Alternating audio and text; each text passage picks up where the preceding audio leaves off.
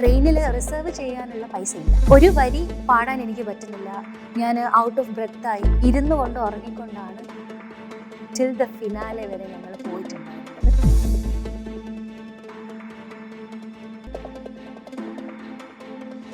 വെറുതെ മര്യാദയ്ക്ക് അടങ്ങി ഒതുങ്ങിയിരുന്ന് പഠിച്ചൂടെ? പെൺകുട്ടിയല്ലേ? നമ്മളെ താഴ്ത്തിയിടാൻ നോക്കി നിൽക്കുന്ന ആൾക്കാരാണ് നമ്മുടെ ചുറ്റിലുള്ള ആൾക്കാർ. പക്ഷേ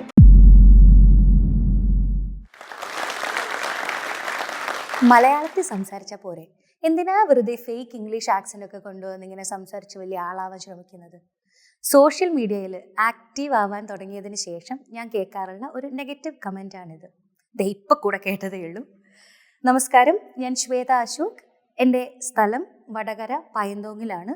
ഇപ്പോൾ എറണാകുളത്തുണ്ട്. And I am a full time musician. എനിക്ക് ഓർമ്മ വെച്ച കാലത്തിന് എത്രയോ മുന്നേ എൻ്റെ അച്ഛനും അമ്മയ്ക്കും ഉള്ള ആഗ്രഹമായിരുന്നു മകളെ ഒരു ലോകം അറിയുന്ന ഗായികയാക്കി മാറ്റണം എന്നുള്ളത്. അതുകൊണ്ട് തന്നെ ജനിച്ചപ്പം മുതലല്ല, ഒരു 2-3 വയസ്സ് മുതലേ സംഗീതം എൻ്റെ കൂടെ ഉണ്ട്. ഒരു 3ാം ക്ലാസ്സിൽ പഠിക്കുമ്പോൾ ഒരു വർഷം മോഹനൻ മാഷിൻ്റെ അടുത്തും പിന്നെ നീണ്ട 16 വർഷം രാമചന്ദ്രൻ സാറിൻ്റെ കീഴിലും ഇപ്പോൾ വൈക്കം ജയചന്ദ്രൻ സാറിൻ്റെ കീഴിലുമായിട്ട് ഞാൻ പാട്ട് പഠിക്കുന്നുണ്ട്. പുറം ലോകമായിട്ട് ഒരുപാട് ബന്ധമൊന്നുമില്ല എനിക്ക്. അങ്ങനെ ഒരു പെൺകുട്ടി, ഫാമിലി ആണെങ്കിലും വലിയ വ്യത്യാസമൊന്നുമില്ല.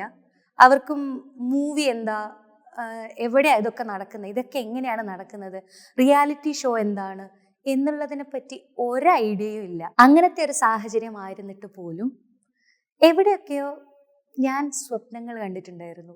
അതായത് വലിയ സ്റ്റേജിൽ പാടുന്നതും വലിയ വലിയ മ്യൂസിഷ്യൻസിൻ്റെ കൂടെ വർക്ക് ചെയ്യുന്നതും വലിയ വലിയ ആൾക്കാർക്ക് വേണ്ടി പാട്ട് പാടുന്നതൊക്കെ നടക്കുമെന്നൊന്നും അറിയില്ല, എന്നാലും ഞാൻ സ്വപ്നം കണ്ടു. ഒരുവിധം എല്ലാ ഫാമിലിയിലും ഉണ്ടാകുന്ന അപ്സ് ആൻഡ് ഡൗൺസ് എൻ്റെ ലൈഫിലും ഉണ്ടായിട്ടുണ്ട്, എൻ്റെ ഫാമിലിയിലും ഉണ്ടായിട്ടുണ്ട്. ഞങ്ങളൊരു ഡാർക്ക് ടൈമിൽ കൂടെ കടന്നു പോവുകയായിരുന്നു. എൻ്റെ അച്ഛൻ്റെ ബിസിനസ് ഇച്ചിരി ഡൗൺ ആയിട്ടുണ്ടായിരുന്നു. അപ്പോൾ ഞങ്ങൾക്ക് അതിൻ്റെ ഭാഗമായിട്ട് കുറേ സാമ്പത്തിക പ്രതിസന്ധികൾ നേരിടേണ്ടി വന്നിട്ടുണ്ട്. ആ ഒരു ടൈമിലാണ് ഗന്ധർവ സംഗീതം എന്ന് പറഞ്ഞിട്ടുള്ള ഒരു റിയാലിറ്റി ഷോ ഇതിനെപ്പറ്റി കേൾക്കുന്നത്. ഞങ്ങളെ കയ്യിൽ ദിവസം ജീവിച്ചു പോകാനുള്ള പൈസ എന്നല്ലാതെ അതിൽ കൂടുതലായിട്ടൊരു എക്സ്പെൻസ് വന്നു കഴിഞ്ഞാൽ അത് താങ്ങാനുള്ളൊരു സാഹചര്യം ആയിരുന്നില്ല ഉണ്ടായിരുന്നത്. ഒബ്വിയസ്ലി നമ്മൾ ഒരു റിയാലിറ്റി ഷോയിൽ പങ്കെടുക്കുന്ന സമയത്ത് നമുക്ക് നല്ല ഡ്രസ്സ് വേണം, ആക്സസറീസ് വേണം, ട്രാവൽ ചെയ്യണം. ഞാൻ കോഴിക്കോട് വടകര പയന്തോങ്ങിലാണ്. അപ്പോൾ ഷൂട്ടൊക്കെ നടക്കുന്നത് എറണാകുളം ട്രിവാൻഡ്രം ഭാഗത്തൊക്കെ ആയിട്ടാണ്. അപ്പോൾ ട്രാവൽ ചെയ്യാൻ ഒബ്വിയസ്ലി നമുക്ക് പൈസ വേണം. അപ്പോൾ ഒരുപാട് പൈസ അങ്ങനെ കളയാനില്ലായിരുന്നു. പക്ഷെ എന്താണെന്നറിയില്ല, ആ സമയത്ത് കുറച്ച് പേര് സപ്പോർട്ട് ചെയ്തു. എന്തായാലും ഒന്ന് പോയി നോക്കും, നമുക്ക് എന്താണെന്ന് അറിയാലോ. എൻ്റെ അച്ഛൻ്റെയും അമ്മേൻ്റെ ഏറ്റവും വലിയ ആഗ്രഹമായിരുന്നു അതിനൊക്കെ നയിച്ചത്. അപ്പം ഞങ്ങൾ ഓഡീഷന് പോവാം എന്ന് വിചാരിച്ചു. ഓഡീഷൻ്റെ ഭാഗമായിട്ട് ഞങ്ങൾക്ക് ആ സമയത്ത് കാസറ്റിൽ സോങ് പാടിയിട്ട് അയച്ചു കൊടുക്കാനായിരുന്നു പറഞ്ഞിട്ടുണ്ടായിരുന്നത്. CD-യിൽ റൈറ്റിംഗ്, കോപ്പിങ് അതിൻ്റെ അങ്ങനത്തെ ഐഡിയകളൊന്നും ഇല്ല. അപ്പം അറിയാവുന്നതെന്ന് പറഞ്ഞു കഴിഞ്ഞാൽ കാസറ്റിൽ പാട്ട് റെക്കോർഡ് ചെയ്തിട്ട് ജസ്റ്റ് കൊറിയർ അയച്ചു കൊടുക്കുക എന്നുള്ളതായിരുന്നു ഞങ്ങൾക്ക് അറിയാവുന്ന ഒരു ഐഡിയ. കഷ്ടകാലത്തിന് എൻ്റെ വീട്ടിലെ ടേപ്പ് റെക്കോർഡർ വർക്കിംഗ് കണ്ടീഷനിലായിരുന്നില്ല. അപ്പം ഞങ്ങൾക്ക് അറിയാവുന്ന ഒരാളുടെ വീട്ടിൽ പോയി, രാത്രിയാണ് കേട്ടോ ഇത് നടക്കുന്നത്, നെക്സ്റ്റ് ഡേയോ മറ്റോ അയച്ചു കൊടുക്കണം. അപ്പോൾ അവിടെ പോയി ചോദിച്ചു, ഓരോ ഓഡീഷൻ ഉണ്ട്, അപ്പോൾ വീട്ടിൽ ടേപ്പ് റെക്കോർഡർ തകരാറായി, അപ്പോൾ ഒന്ന് പാടിയിട്ട് റെക്കോർഡ് ചെയ്തിട്ട് ഒന്ന് ചെയ്യണമായിരുന്നു, ഒന്ന് ചെയ്തോട്ടെ എന്ന് ചോദിച്ചപ്പോൾ അവർ പറഞ്ഞ് എന്താ വെച്ച് കഴിഞ്ഞാൽ ഇല്ല അത് പറ്റില്ല. കാരണം എന്താ വെച്ച് കഴിഞ്ഞാൽ പാട്ട് പാടിയിട്ട് ഒച്ചപ്പാട് കേട്ട് കഴിഞ്ഞാൽ സറൗണ്ടിങ്സുള്ള അയൽ വീട്ടുകാർക്കൊക്കെ ബുദ്ധിമുട്ടാകും, അതുകൊണ്ട് അത് പറ്റില്ല എന്നുള്ള രീതിയിൽ പറഞ്ഞു. അപ്പോൾ എൻ്റെ വയസ്സ് ആ സമയത്ത് എനിക്കാകെ 12-13 വയസ്സേ ഉണ്ടായിരുന്നുള്ളൂ. പക്ഷേ എൻ്റെ അച്ഛൻ്റെ ആ ഒരു സങ്കടം ഇന്ന് ഞാനിവിടെ ആലോചിക്കുന്നത്, ഇപ്പോൾ ഐ എം 30 years old. അപ്പോൾ ഈ ഒരു സമയത്ത് ഞാൻ അതിനെപ്പറ്റി ആലോചിക്കുന്ന സമയത്ത് എൻ്റെ അച്ഛൻ എത്രത്തോളം വിഷമിച്ചിട്ടുണ്ടാകും എന്നുള്ളത് ഇപ്പം എനിക്ക് മനസ്സിലാകുന്നുണ്ട്. പക്ഷെ അതൊന്നും നോക്കിയില്ല. ഇല്ലാത്ത പൈസ എവിടെ നിന്നൊക്കെയോ സംഘടിപ്പിച്ച് ഞങ്ങൾ അന്ന് തന്നെ ഒരു സ്റ്റുഡിയോയിൽ പോയി പാട്ട് റെക്കോർഡ് ചെയ്ത് നെക്സ്റ്റ് ഡേ ആകുമ്പോഴത്തേക്കും അയച്ചു കൊടുത്തു. അത് ഒരു ചെറിയൊരു മനസ്സിന് സങ്കടമുള്ളതാണെങ്കിലും ഇപ്പോൾ ഇച്ചിരി ചിരിച്ചോണ്ടൊക്കെ ആലോചിക്കുന്ന ഒരു ഇൻസിഡൻ്റ് ആയിരുന്നു. അതൊക്കെയാണ് എനിക്ക് ഈ ഒരു മ്യൂസിക് കരിയറിലേക്ക് ഒരുപാട് മുന്നോട്ടേക്ക് പോകണം എന്നുള്ള ഒരു തോട്ട് ഞാൻ അറിയാതെ എൻ്റെ ഉള്ളിൽ ഉണ്ടാക്കി തന്നത്. ഓഡീഷൻസ് കഴിഞ്ഞു, എനിക്ക് സെലക്ഷൻ കിട്ടി. അപ്പം ഞാൻ പറഞ്ഞല്ലോ ട്രിവാൻഡ്രത്തായിരുന്നു ഷൂട്ട് ഉണ്ടായിരുന്നത്. അപ്പോൾ എല്ലാ പ്രാവശ്യവും ട്രെയിനിൽ പോകണം. അപ്പോൾ ട്രെയിനിൽ റിസർവ് ചെയ്യാനുള്ള പൈസ ഇല്ലാത്തത് കൊണ്ട് ഞാനും അച്ഛനും ഓൾമോസ്റ്റ് ഒരുവിധം റൗണ്ട്സിലൊക്കെ ഞങ്ങൾ ജനറൽ കമ്പാർട്ട്മെൻറ്റിൽ, വടകര റെയിൽവേ സ്റ്റേഷനിൽ ജനറൽ കമ്പാർട്ട്മെൻറ്റിൽ കയറും. അപ്പോൾ കോഴിക്കോടാകുമ്പോൾ സീറ്റ് കിട്ടും. അപ്പോൾ സീറ്റ് കിട്ടി ഇരുന്നിട്ട് രാവിലെ 7 മണി വരെ ഇരുന്നു കൊണ്ട് ഉറങ്ങിക്കൊണ്ടാണ് ടിൽ ദ ഫിനാലെ വരെ ഞങ്ങൾ പോയിട്ടുണ്ടായിരുന്നത്. ഇത് ഗന്ധർവ സംഗീതം മഞ്ച് സ്റ്റാർ സിംഗർ എന്ന് പറഞ്ഞിട്ടുള്ള റിയാലിറ്റി ഷോയുടെ മൊത്തം ജേണി ഇങ്ങനെയാണ് ഉണ്ടായിരുന്നത്. അപ്പോൾ ആ ഒരു സ്ട്രഗിൾ എന്ന് പറയുന്നത് നമുക്കറിയാം. രാത്രി ഇങ്ങനെ ഉറങ്ങാണ്ടിരുന്ന് എത്ര കഷ്ടപ്പെട്ട് വേണം നമുക്ക് പോകേണ്ടത് എന്നുള്ളത്. ആ സിറ്റുവേഷൻസ് ഒക്കെ ആലോചിക്കുന്ന സമയത്ത് ശരിക്കും പറഞ്ഞാൽ സങ്കടമുണ്ട്.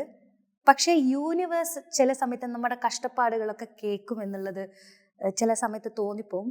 അതിൻ്റെ ഒരു കാരണം എന്താ വെച്ച് കഴിഞ്ഞാൽ ആ സ്ട്രഗിളും കൂടെ നിന്ന് പരിഹസിച്ച ആൾക്കാർക്കൊക്കെ ഒരു മറുപടി എന്നോളം എനിക്ക് Munch star singer junior reality ഷോയുടെ ടൈറ്റിൽ വിന്നർ എന്നിട്ടുള്ള സ്ഥാനമാണ് കിട്ടിയിട്ടുണ്ടായിരുന്നത്. അപ്പം ഞങ്ങളെ അവർ ചിലപ്പോൾ അറിഞ്ഞിട്ടായിരിക്കില്ല, അവരെ അറിഞ്ഞുകൊണ്ടായിരിക്കില്ല. പക്ഷെ ആ സാഹചര്യങ്ങളൊക്കെ ഞങ്ങൾക്ക് ഒരുപാട് എതിരായി വന്നിട്ടുണ്ട്.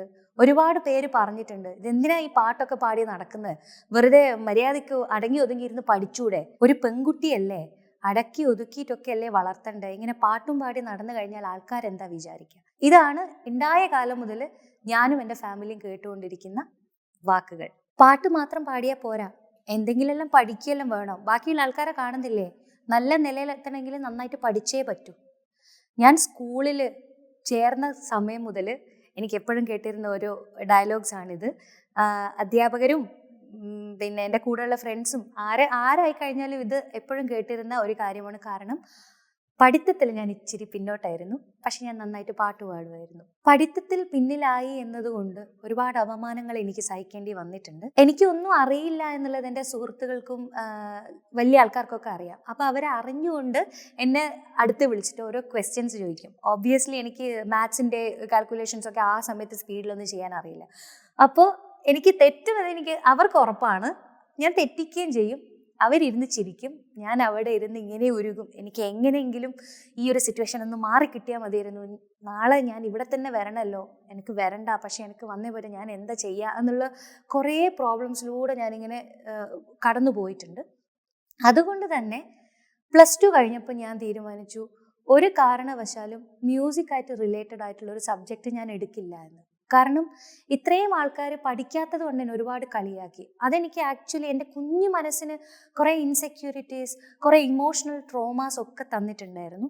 അതിൻ്റെ ഭാഗമായിട്ടാണ് ഞാൻ അങ്ങനെ ഒരു ഡിസിഷൻ എടുത്തത്. അതുകൊണ്ട് BSc ഇലക്ട്രോണിക്സും MSc കമ്പ്യൂട്ടർ സയൻസുമാണ് ഞാൻ എൻ്റെ ഡിഗ്രി ആൻഡ് പോസ്റ്റ് ഗ്രാജുവേഷൻ ചെയ്തിട്ടുണ്ടായിരുന്നത്.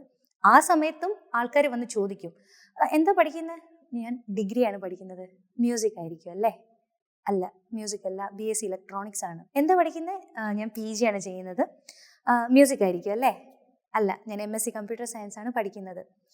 ആ സമയത്ത് എൻ്റെ ബുദ്ധി വെച്ച് ഞാൻ ഇങ്ങനെയൊക്കെയാണ് ചെയ്തിട്ടുണ്ടായിരുന്നത്. പക്ഷേ എനിക്ക് അതിൽ വിഷമം ഒന്നുമില്ല. എനിക്ക് വേറെ സബ്ജക്റ്റിൽ തന്നെ ഗ്രാജുവേഷൻ പോസ്റ്റ് ഗ്രാജുവേഷൻ കിട്ടി. ഞാനൊരു അസിസ്റ്റൻറ്റ് പ്രൊഫസറായിട്ടൊരു കോളേജിൽ വർക്ക് ചെയ്തു. ആ ജേണി ഇങ്ങനെ നടന്നുകൊണ്ടിരിക്കുമ്പോഴാണ് എൻ്റെ ഏറ്റവും വലിയ സ്ട്രഗിൾ സംഭവിക്കുന്നത്. കാരണം എൻ്റെ വോയിസ് ടയേർഡായി തുടങ്ങി. കാരണം നമുക്ക് ക്ലാസ് എടുക്കണമല്ലോ. ഒരു വരി പാടാൻ എനിക്ക് പറ്റുന്നില്ല, ഞാൻ ഔട്ട് ഓഫ് ബ്രെത്തായി. അങ്ങനത്തെ ഒരു പ്രോബ്ലം വന്നപ്പോഴാണ് മ്യൂസിക് എനിക്ക് എത്ര ഇമ്പോർട്ടൻ്റ് ആണ് എൻ്റെ ലൈഫിൽ എന്ന് എനിക്ക് മനസ്സിലായത്. കാരണം എൻ്റെ സമാധാനം, എൻ്റെ സന്തോഷം എല്ലാം അവിടെ പോയി. അങ്ങനെ ഇരിക്കുന്ന സമയത്താണ് സരിഗമപ റിയാലിറ്റി ഷോ വരുന്നത്.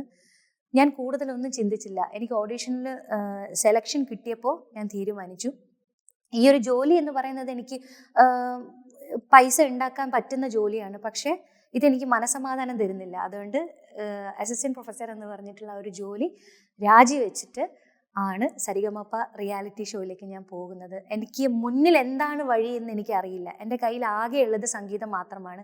കയ്യിലൊരു പൈസയില്ല. കാരണം 25ാമത്തെ വയസ്സാണ്. ഇൻഡിപെൻഡൻ്റ് ആവാനുള്ള ടൈം എപ്പോഴോ കഴിഞ്ഞു. പക്ഷെ എന്നാലും എൻ്റെ ഫാമിലി എന്നെ സപ്പോർട്ട് ചെയ്യാനുണ്ടായിരുന്നു.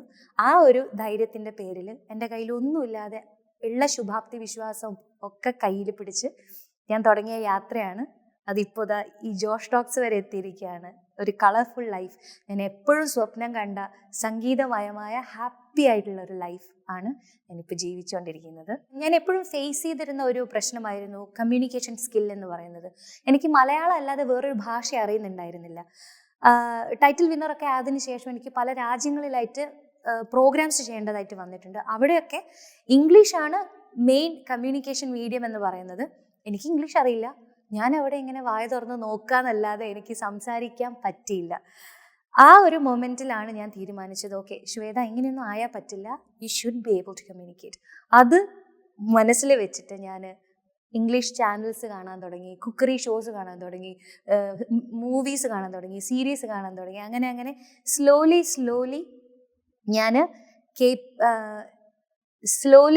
ഞാൻ എന്നെ ഇംഗ്ലീഷ് കമ്മ്യൂണിക്കേറ്റ് ചെയ്യാമെന്നുള്ള പാകത്തിലാക്കി. ആ സമയത്ത് എനിക്ക് അമേരിക്കൻ ആക്സെൻറ്റും ബ്രിട്ടീഷ് ആക്സെൻറ്റിനോടൊക്കെ ഒരു എന്തെന്നില്ലാത്തൊരു ഇഷ്ടം തോന്നി. ഞാൻ പഠിക്കുന്ന സമയത്ത് തന്നെ ആ രീതിയിൽ തന്നെ പറഞ്ഞു തുടങ്ങി. അപ്പോൾ ഇൻസ്റ്റഗ്രാമിൽ ഞാൻ വീഡിയോസ് ഇടുന്ന സമയത്ത്, ഞാൻ അങ്ങനെ സംസാരിക്കുന്ന സമയത്ത് എനിക്ക് നെഗറ്റീവ് കമൻസിൻ്റെ ആറാട്ടാണ്. എന്തിനാ ഈ ഫേക്ക് ആക്സെൻറ്റ്, നിങ്ങൾ മലയാളത്തിൽ പറഞ്ഞാൽ പോരെ, എന്തിനാ ഇംഗ്ലീഷിൽ സംസാരിക്കുന്നത്, ഇംഗ്ലീഷിൽ സംസാരിക്കുന്നതിൻ്റെ മര്യാദയ്ക്ക് ഇംഗ്ലീഷിൽ തന്നെ മനസ്സിലാവുന്ന ഇംഗ്ലീഷിൽ സംസാരിച്ചാൽ പോരെ, എന്തിനാ ഇങ്ങനെ വെറുതെ ആളാവാൻ വേണ്ടി ഇംഗ്ലീഷിലൊക്കെ സംസാരിക്കുന്നത്, മലയാളം അറിയില്ലേ, മലയാളം സംസാരിച്ചാൽ പോരെ, ഇംഗ്ലീഷൊക്കെ ആക്കി സംസാരിച്ച് ഇങ്ങനെ ആളാവേണ്ട ആവശ്യമില്ലല്ലോ. ഇംഗ്ലീഷ് കമ്മ്യൂണിക്കേഷൻ എനിക്ക് ചെയ്യാൻ പറ്റുന്നത് വർഷങ്ങളുടെ എഫേർട്ട് എടുത്തിട്ടാണ്.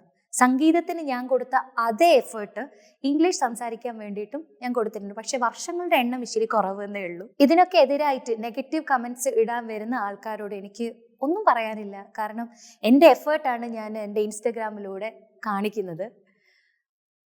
ഞാൻ ചെയ്യുന്ന കാര്യം ഞാൻ അത്രയും ഇഷ്ടത്തോടു കൂടെ ചെയ്യുന്നൊരു കാര്യമാണ്. എനിക്ക് 100% ഉറപ്പാണ് ഞാൻ ഒരാളെയും ഈ ഒരു രീതിയിൽ ഹേർട്ട് ചെയ്യുന്നില്ല എന്നുള്ളത്. അതെനിക്ക് ഉറപ്പുള്ളിടത്തോളം കാലം എനിക്ക് വരുന്ന നെഗറ്റീവ് കമൻസ് ഒന്നും എന്നെ ബാധിക്കാനേ പോകുന്നില്ല. പുറം ലോകവുമായിട്ടൊന്നും ഒരുപാട് ബന്ധമില്ലാത്ത, എന്നാൽ സ്വപ്നം കാണാൻ പഠിച്ച് സ്വപ്നങ്ങളെ ഓരോന്നോരോന്നായിട്ട് നേടിയെടുക്കാൻ വേണ്ടിയിട്ടുള്ള ഒരു എനർജി ഒക്കെ എനിക്കുണ്ടായിട്ടുണ്ട്. അപ്പോൾ നിങ്ങൾക്ക് ഇത് കേൾക്കുന്ന സമയത്ത് ഇത് ഞാനാണല്ലോ, ഇത് എൻ്റെ കഥയായിട്ട്, എൻ്റെ ജീവിതമായിട്ട് എവിടെയോ സാമ്യത ഉണ്ടല്ലോ എന്ന് നിങ്ങൾക്ക് തോന്നുന്നുണ്ടെങ്കിൽ, എന്നെപ്പോലെ നിങ്ങളും സ്വപ്നം കാണുന്നുണ്ടെങ്കിൽ അതിനെ പരിപാലിക്കുക, അതിന് വേണ്ട എല്ലാ കാര്യങ്ങളും ചെയ്യുക. കോഴ്സുകളായിക്കോട്ടെ, പ്രാക്ടീസ് ആയിക്കോട്ടെ, എന്താണെന്ന് വെച്ച് കഴിഞ്ഞാലും മാക്സിമം എഫേർട്ട് നിങ്ങൾ എടുക്കുക. ബാക്കിയുള്ള ആൾക്കാർ എന്തും പറഞ്ഞോട്ടെ, നമ്മളെ താഴ്ത്തിയിടാൻ നോക്കി നിൽക്കുന്ന ആൾക്കാരാണ് നമ്മുടെ ചുറ്റിലുള്ള ആൾക്കാർ. പക്ഷേ അത് ഞാൻ ഒരിക്കലും കണക്കിലെടുക്കില്ല. എന്നെ അത് ബാധിക്കാൻ പോകുന്നില്ല എന്നുള്ളൊരു മെൻറ്റാലിറ്റിയാണ് ഞാൻ കൂടെ കൊണ്ട് നടന്നത്.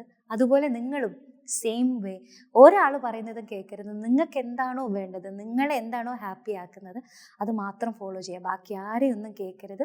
അപ്പോൾ വിജയവും എല്ലാം നിങ്ങളെ തേടി താനേ വരും. നിങ്ങൾക്ക് കഴിവുണ്ടായിട്ടും ഇംഗ്ലീഷ് കൈകാര്യം ചെയ്യാൻ പറ്റാത്തത് കൊണ്ട് തന്നെ ജോലി ലഭിക്കുന്നില്ലേ? എങ്കിൽ ഈ വീഡിയോ നിങ്ങൾക്കുള്ളതാണ്. പ്രതിമാസം 58 രൂപ മാത്രം ചെലവാക്കിയാൽ ഡെയിലി ഗ്രാമർ ആൻഡ് വൊക്കാബുലറി ലെസൺസോട് കൂടിയ അൺലിമിറ്റഡ് ആക്സസ് ആണ് നിങ്ങൾക്ക് ലഭിക്കുന്നത്. അത് മാത്രമല്ല, നിങ്ങളെ പോലുള്ള ലക്ഷക്കണക്കിന് ഇംഗ്ലീഷ് ലേണേഴ്സുമായി സംസാരിച്ചുകൊണ്ട് തന്നെ ഇംഗ്ലീഷ് പ്രാക്ടീസ് ചെയ്യാനും സാധിക്കുന്നതാണ്.